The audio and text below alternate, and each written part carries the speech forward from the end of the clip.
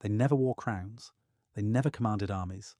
But for 2 centuries, they financed those who did. While kings fought wars for glory, the Rothschilds fought them with gold. Information was their weapon. Debt, their empire. From a cramped street in Frankfurt, they built a dynasty that spanned continents and rewrote the rules of power itself. They learned that control doesn't come from owning land, but from owning the loans that buy it. They didn't conquer nations. They funded them. They didn't pray for peace. They sold it, to both sides. Their couriers carried letters faster than armies could march. Their networks moved gold faster than kings could tax it. And their silence spoke louder than any throne. To some, they were geniuses of finance. To others, architects of manipulation. But the truth is simpler. They built the invisible machinery of money that still runs the world today. Because power doesn't always wear a crown. Sometimes it signs your debt. It began, not in a palace, but in a narrow alley in Frankfurt. A man named Meyer Amschel Rothschild sold antique coins to collectors and princes. But he wasn't trading in metal. He was studying power. He watched how monarchs borrowed money the same way beggars borrowed bread, and how lenders became kings without armies. In an age ruled by nobility, he built his own throne, made of trust, calculation, and time.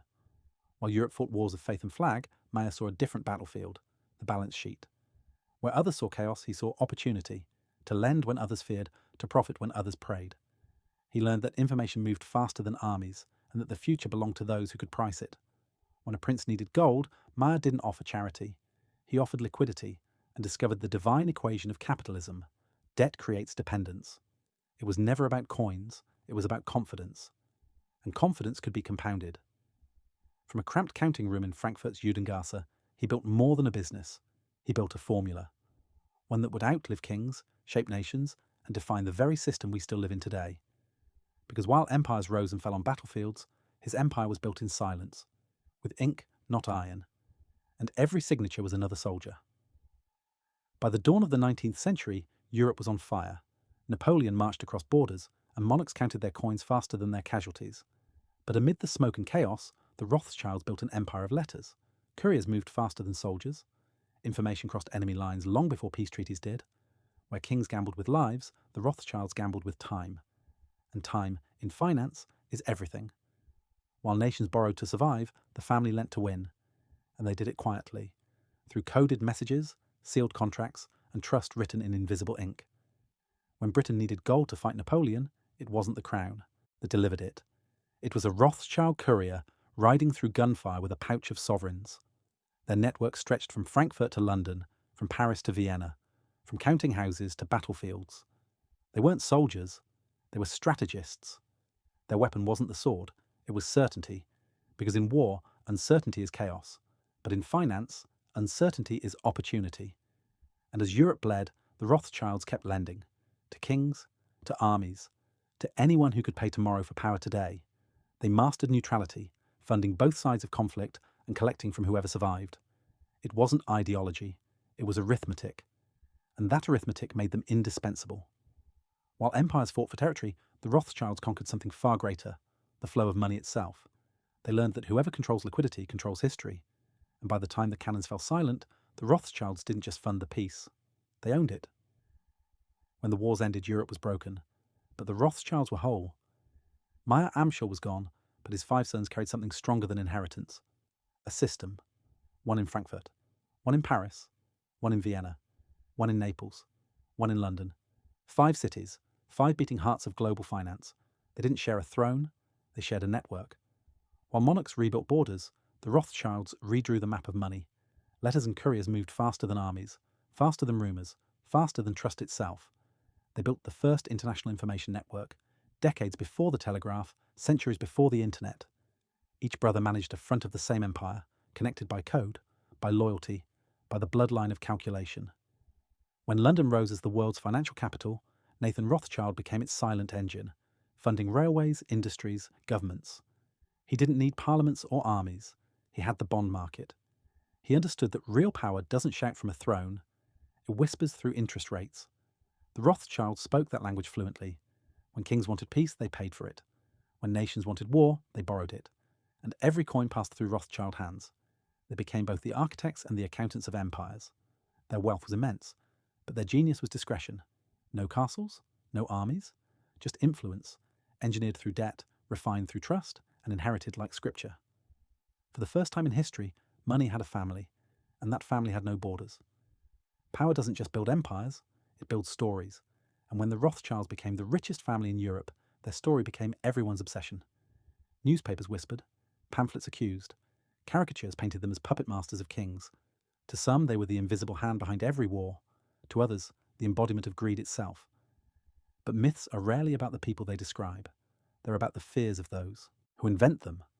In an age that couldn't understand finance, it turned bankers into villains. Gold became a symbol for sin, and success a reason for suspicion. The Rothschilds didn't create the conspiracy, they inherited it. They learned that in public life, secrecy isn't protection, it's provocation. Their true power was never total, it was perceived. And perception, once unleashed, can't be managed by balance sheets. As their fortune grew, so did the shadows around it. People saw wealth without soldiers, influence without armies, and mistook coordination for control.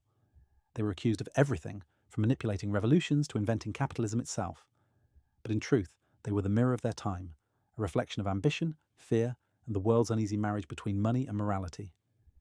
Because every era needs a villain, especially one it already owes money to, and so the Rothschilds became more than bankers.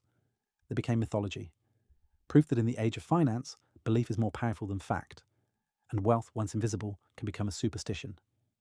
By the end of the 19th century, the Rothschild name no longer needed introduction.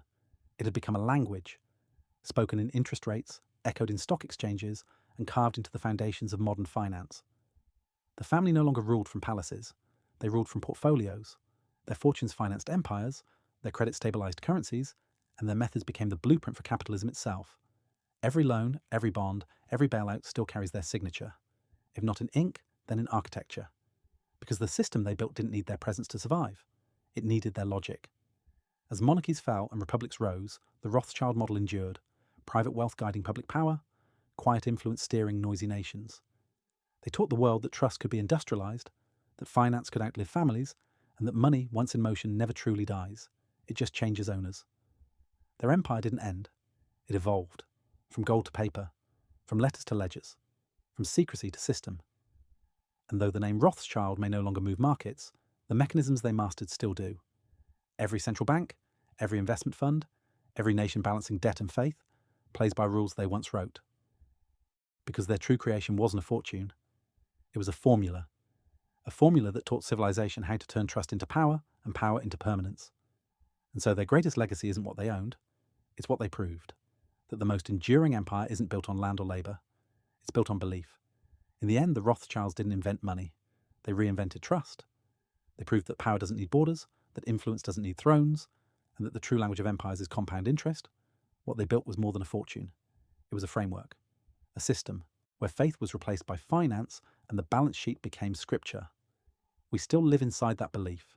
Every mortgage, every bailout, every too big to fail, all trace their ancestry back to the house that mastered risk and turned it into religion.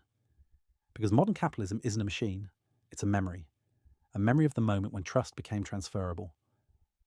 The Rothschilds taught the world that the richest men aren't those who print money, but those who define its meaning, and though their family name may fade, their fingerprints are everywhere, in the architecture of banks, in the logic of markets, in the faith we still place in credit itself.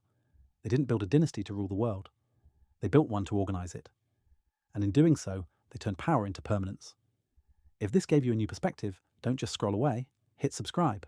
This is Economic Chronicles, where history exposes the present, and the future is written in the lessons we refuse to learn,